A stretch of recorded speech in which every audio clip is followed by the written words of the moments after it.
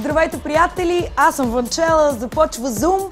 Този месец предаването за клубна музика и култура на радио The Voice. The Voice of Underground празнува първата си година ефир. По този случай се състоя парти с 5 родни диджеи, които представиха страхотните си проекти.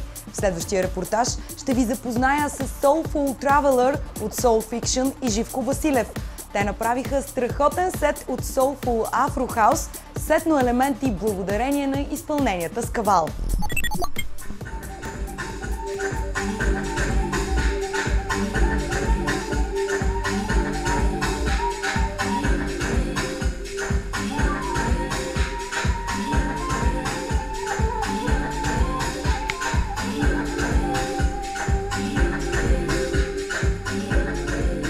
The Voice of Underground една година с първите гости Soulful Traveler и Живко, който ще свири на кавал. Живко Василев, двамата ще ми разкажете ли за вашия проект, как се запознахте, как решихте да работите заедно и какво ще ни представите сега след малко?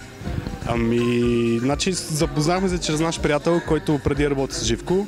Принципно в нашия проект Soul Fiction от доста време сам се опитваме в парта на живо, които правиме, да вкарваме музиканти на живо.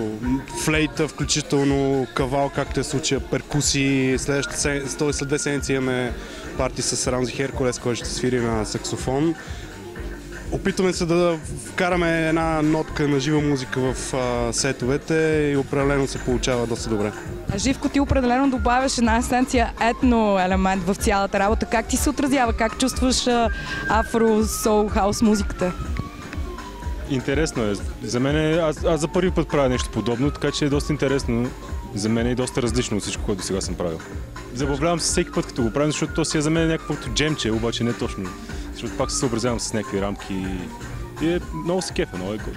Ники, ти вече си гостувал в предаването. Ще ми кажеш ли какво се случва около другите ти проекти? Какво? Ние си действаме с Soul Fiction проекта. За тази една година, откакто направихме първото предаване, би казал, че доста се развихме. Ние не се насочваме върху това да имаме парти всеки месец. По-скоро по-рядко, но да са по-качествени.